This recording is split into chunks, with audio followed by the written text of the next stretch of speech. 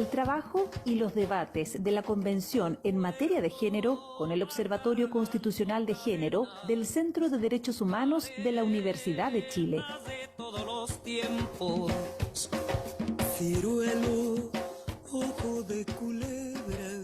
Bueno, ustedes pensaban que nosotros ya habíamos dejado de lado el observatorio. Por ningún motivo, estamos ahí estamos casi en la quemada, así que por supuesto que vamos a tener nuestro Observatorio Constitucional de Género con la doctora en Derecho y académica de la Universidad de Chile, Claudia Iriarte, quien nos va a hacer una suerte de resumen de qué significa para las mujeres y las diversidades esta nueva constitución y qué es lo que va a cambiar de alguna manera. Muy buenos días, Claudia. Muchas gracias por estar Hola, con nosotros. hola, buenos días, ¿cómo están? Qué gusto verlos nuevamente. Así es, nos encontramos de nuevo. Claudia, en la práctica de aprobarse este texto el 4 de septiembre, ¿qué cosas van a cambiar? Y yo entiendo que esto no va a cambiar de la noche a la mañana. Siempre es bueno decirle a la gente eso, ¿no? Porque la gente cree que a la semana siguiente todo será distinto. No. Pero en concreto, en el futuro, ¿qué cosas van a cambiar respecto a la situación de las mujeres hoy?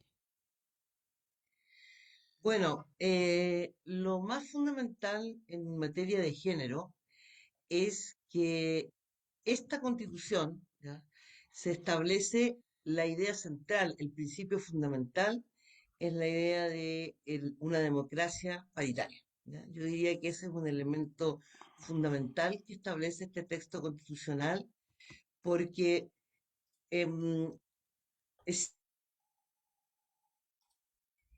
cierto lo que tú dices, en el sentido de que no va a cambiar de un día para otro, pero también es cierto de que el primer texto constitucional que plantea la paridad en Chile y que introduce la temática de género en esta mirada a la paridad es este texto constitucional, que es absolutamente innovador y desde ese punto de vista sí es un cambio sustancial y que nos pone en primera línea respecto de todos los países, porque es- las constituciones en general no recogen ese tema. Y fue justamente el primero que lo instala como idea, que es Francia, pero solo en el proceso electoral, y entonces tiene que cambiar su constitución una vez que se establece la paridad como mecanismo en el sistema electoral. Ahora, ¿qué significa la paridad? La paridad no es una institución, es un conjunto de mecanismos que están establecidos, que articuladamente con los principios que establece la Constitución, que en este caso son también los principios de igualdad sustancial de género, de modo fundamental, yo diría, y cómo se desarrollan estas dos ideas, paridad y igualdad sustancial de género, en todo el sistema de derechos de la Constitución, significa desarrollar la idea fundamental de la paridad como distribución del poder. Y cuando hablamos del poder, estamos hablando del poder, o sea, de avanzar y profundizar en la democracia, y significa no solo el poder político, en sentido electoral, sino es el poder económico, social, eh, por lo tanto político y jurídico en definitiva, en los mecanismos constitucionales. Entonces, la paridad se expresa, por una parte, en lo que significa todo el sistema de representación política, parlamento, diputadas, diputados, la Cámara de las Regiones, y así podemos ir desarrollando todas las distintas institucionalidades que existen, pero además ya vemos en el sistema de derechos, va estableciendo la relación entre lo que es, primero, en la consagración del trabajo, perdón, del derecho al cuidado, el reconocimiento del trabajo doméstico y de cuidados, ¿ya?, aquello que se requiere para la sostenibilidad de vida, la relación entre esta trabajo y el trabajo remunerado para las mujeres, la relación con la familia, bueno, largo podría ser, pero en resumen, para que podamos ir cerrando la pregunta, es que está establecida la paridad en la idea de expresión de la humanidad sexuada, entonces las mujeres en el proceso de las distintas estructuraciones del poder, tal cual se hace en un sistema democrático, con un conjunto de mecanismos que van asegurando esta distribución del poder, que se expresa fundamentalmente en materia de derechos políticos y en la institucionalidad política, la estructuración del Estado, pero además en todo lo que es el equilibrio de otras relaciones de poder, también económico y social, como es temas de trabajo, que es la economía, y temas en la familia. Ujú. Profesora, esto es muy importante destacar lo que usted menciona, porque efectivamente durante este fin de semana una representante de la oposición en la Convención Constitucional, que actualmente está a favor del rechazo, Rocío Cantuaria, calificó derechamente como una estupidez el tema de la paridad, lo cual pone en duda que ese sector quiera mantener esto en caso de que se tenga que abrir un nuevo proceso constitucional, si es que, por ejemplo, ganase la opción del rechazo. Le quería preguntar respecto de eso y a propósito también respecto de lo que está comentando, ¿qué mecanismo recoge esta nueva constitución para la realización concreta de estos principios? A ver, eh, primero la primera parte de la pregunta. Si efectivamente yo creo que los sectores que están en el rechazo, que básicamente es la derecha y los sectores más conservadores de la sociedad, eh, hay quienes discursivamente dicen que les parece interesante los avances de la Constitución, pero la gran mayoría, en distintos foros y presentaciones que me ha tocado estar, em, ellos, ellas tienden a ser muy críticos respecto de la forma en que la paridad se expresa. Porque como bien decíamos, y tiene que ver con la segunda parte de tu pregunta, la paridad no es solo establecer el mecanismo de asegurar que los procesos electorales vayan en igualdad de candidatas y candidatos, hombres y mujeres. No solo es que exista algún mecanismo como de cifra repartidora, corrección de género, para asegurar que queden representados en una equivalencia más o menos del 50% de hombres y mujeres. Y eso claramente, como decía, no solo tiene eso, sino que además avanza en temas bien sustanciales, que son, primero, bueno, en todas las elecciones colegiadas y toda la institucionalidad colegiada establece que siempre tendrá que haber al menos un 50% de mujeres.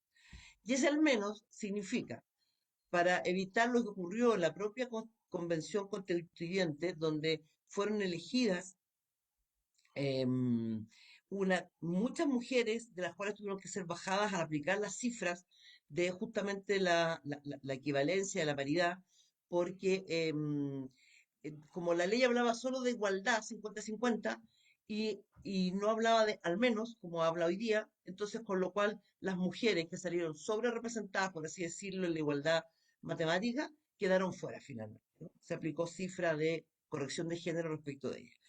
Y en eso el derecho internacional es muy claro en decir que nunca los mecanismos de representación o de incentivo a la representación de las mujeres pueden actuar como techo, como dice la propia sistema interamericano, sino que tienen que ser piso. Y al establecer al menos, entonces significa que si por las circunstancias electorales aumenta la cantidad de mujeres por sobre el 50%, entonces sí quedan elegidas y no hay problema. Entonces es un primer punto que a la gente el rechazo les molesta mucho, porque significa entonces que hay un incentivo específico a la participación de las mujeres. Y esto mismo también se expresa en los organismos colegiados, que no necesariamente son de elección popular. Estoy pensando, por ejemplo, en el Banco Central. El Banco Central y otras instituciones tienen un número impar de consejeros. Entonces, por lo tanto, siempre, ¿ya?, en esta vigencia de esta normativa, va a haber una mujer más que hombres. Y esto está expresamente puesto así. Porque si no dijera al menos, siempre estuviera la discusión, bueno, y dirían ya, no importa, hay en un caso de 7, 3 mujeres y 4 hombres, casi el 50%. Pero no, la idea es que las mujeres asegurar esa representación paritaria. Y si eso se pasa un poco hacia arriba, no es malo, porque es parte de esta lógica de los mecanismos que son un conjunto de mecanismos que concatenadamente lo que hacen es asegurar en el tiempo la presencia de mujeres en insisto en la idea de la representación de la comunidad sexual, es decir, en más o menos una proporción de un poco más de un 50%.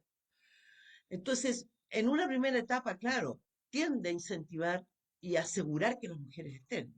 Una vez que esto ya esté instalado en una lógica, porque se han roto las barreras, pero eso van a pasar 10, 15, 20, muchos años, entonces recién en ese momento se va a poder ya posiblemente, o sea, 20 años no, mucho más, 80, ahí se van a ir cambiando los mecanismos porque ya tal vez no van a ser necesarios, entonces, o tal vez ni siquiera se cambien, no sea necesario aplicarlo, porque ya a esa altura van a estar instaladas. El problema es que la participación de las mujeres no es solo un tema de incentivarlo, porque existen barreras, existen mecanismos que el orden institucional, el orden social más bien, perdón, tiene que opera. Por ejemplo, el trabajo doméstico.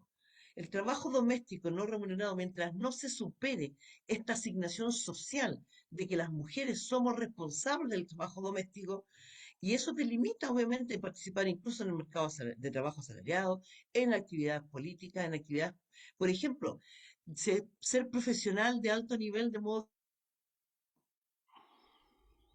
que pueda ser elegida consejera del Banco Central u otro organismo equivalente.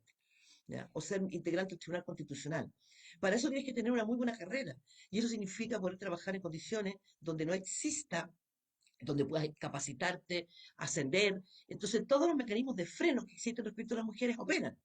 En cambio, cuando estos conjuntos de mecanismos articulados, como son asegurar al menos esa representación, todas las normas sobre el derecho al cuidado, sobre el trabajo doméstico, sobre el rol de este en la familia, darle valor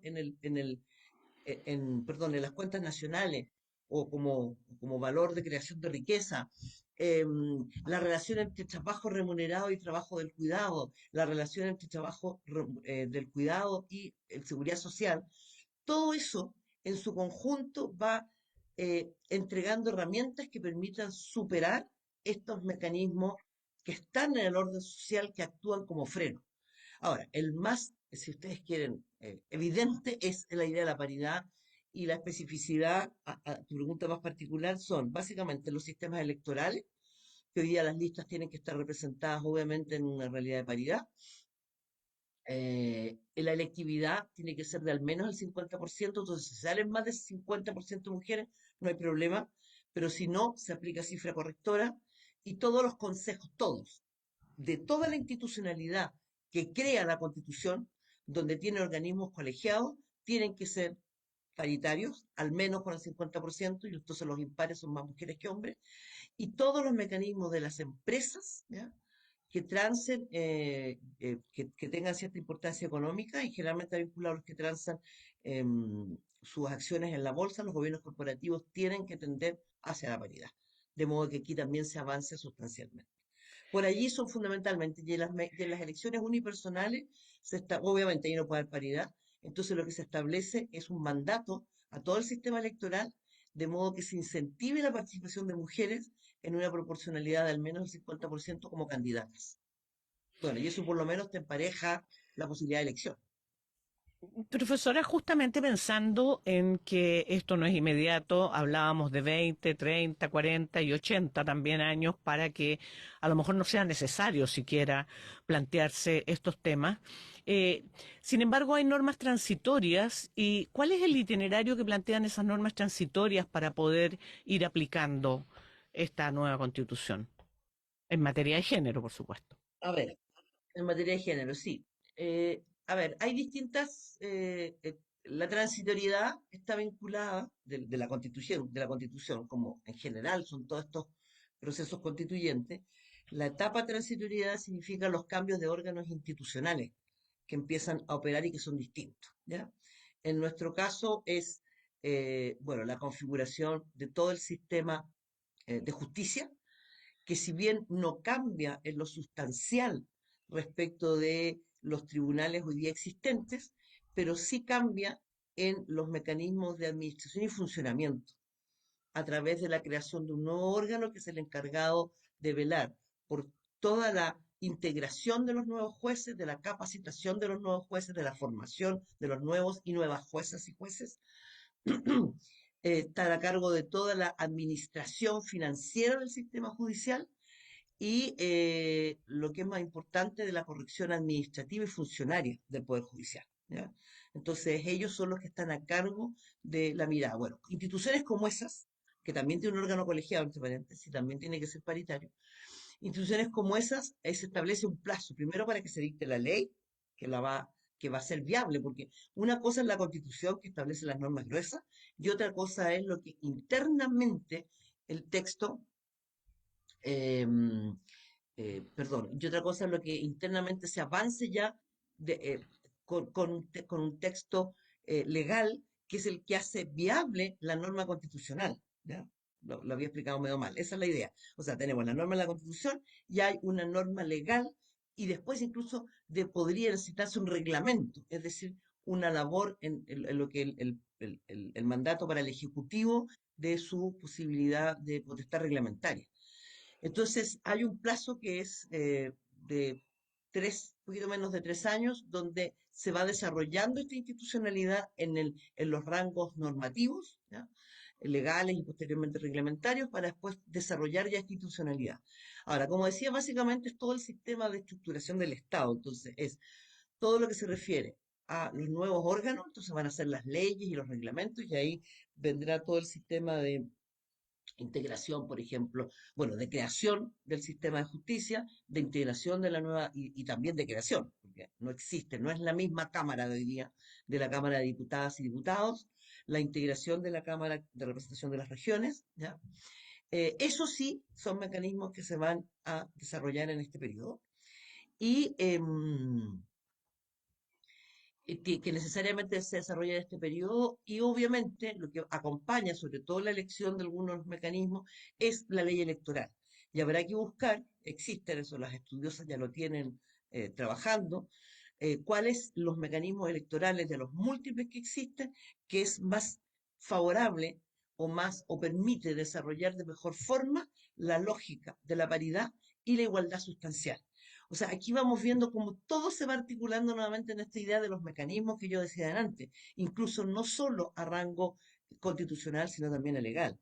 Por eso es que los sectores que son contrarios, que creo que fue una idea que no dejé bien clara en la pregunta anterior, claro, tienden a ser muy críticos porque en el fondo, como estos mecanismos están articulados en un todo como sistema para incentivar la participación de las mujeres, el punto es que eso le quita poder a los privilegios masculinos. Y de una u otra manera, si bien es cierto, hay mujeres en los sectores del rechazo, pero esas mujeres, más allá de sus discursos, y me ha tocado, como decía adelante, enfrentarme a muchas de ellas, finalmente esta idea de, tal vez le tienen miedo, no sé, a la eliminación de ciertos privilegios o avanzar hacia donde ellas puedan tener un rol más sustancial y más sostenido. Porque, o sea, es cosa de decir, necesitamos mujeres y las mujeres aparecen. Entonces, ahora, y ya no tiene que ser peleando a codazos ni nada. Entonces, llegamos a la primera línea, por decirlo de alguna forma. Y eso hay sectores que le tienen susto. Entonces, más allá de lo que declaran, yo creo que efectivamente, si llegara a ganar el rechazo, eh, aquí, además, por lo demás, la ley lo dice. O sea, si gana el rechazo, lo que va a pasar es que va a quedar la Constitución del 80. O sea, quedamos en foja cero, por así decirlo. No, no es que vaya a haber nada nuevo. Es un discurso que va a haber algo nuevo. Entonces, por lo tanto, esta institucionalidad no va a avanzar. Ujú. Ahora, para terminar la idea, hay otra normativa que ya es más fina, por así decirlo, que no tiene que ver con la configuración de la institucionalidad del Estado, que va a requerir más tiempo en su desarrollo, que va a requerir cierta institucionalidad a través del CERNAM y de otras entidades ministeriales, que tiene que ver con el desarrollo de leyes, pero fundamentalmente de políticas públicas, en el tema del empleo, en el tema del Sistema Nacional de Cuidado, que tiene que crearse, por ejemplo. Que todos Ujú. esos desarrollos van a implicar cambiar en ciertos elementos sustanciales la realidad de las mujeres. Estamos conversando con la doctora en Derecho académica de nuestra casa de estudios, la profesora Claudia Iriarte, en este espacio que hemos realizado en conjunto con el Observatorio Constitucional de Género desde hace ya bastantes semanas, meses, y lamentablemente estamos llegando al fin, por lo menos, de este periodo, Profesora, queremos agradecer a través suyo al trabajo que han realizado durante todos estos meses todo el equipo del Observatorio Constitucional de Género, que ha estado representado por usted, también por Natalia, en su momento también la profesora Nancy Yáñez, que estuvo con nosotros hasta que tuvo que asumir esta responsabilidad ahí en el Tribunal Constitucional. De verdad ha sido un tremendo aporte para entender la importancia, ¿no?, de este proceso en materia de género y también el contenido de la misma propuesta constitucional. Así que muchas gracias, profesora, por todas estas sesiones que tuvo con nosotros y esperamos mantener, porque esto va a continuar independiente del resultado que haya el próximo 4 de septiembre, estos espacios de conversación. Que esté muy bien. Muchas gracias a ustedes, un gusto haber estado una vez más y de haber acompañado todos estos meses de trabajo. Y desde el observatorio transmitiré sus agradecimientos y ellos también estamos muy contentos en el observatorio y en el Centro de Derechos Humanos por el trabajo realizado con la radio. Es un gusto. Que esté Adiós, muy Juanita. bien, que esté muy bien, Claudia. Muy buenos días. Muchas gracias, profesora. Chao, nos vemos. Juanita, de esta forma entonces damos por cerrado un ciclo también con el Observatorio Constitucional de Género. Queda muy poco tiempo ya para el plebiscito. La próxima semana vamos a estar con el profesor Claudio Nach y ya de ahí va a ser 5 de septiembre, así que va a ser todo un proceso nuevo que se abre independiente del resultado, así que vamos a continuar, por cierto, con todos los académicos, académicas de nuestra casa de estudios conversando respecto de el proceso constitucional, sea cual sea el resultado, así que vamos a seguir ahí con esos contactos. Juanita, nos toca hacer una pausa a esta hora de la mañana, son las 8:01, ya llega nuestro director Patricio López, pero nosotros nos reencontramos mañana, así que un abrazo grande, Juanita, que estés bien. Que tengan muy buen día. Nos vemos mañana.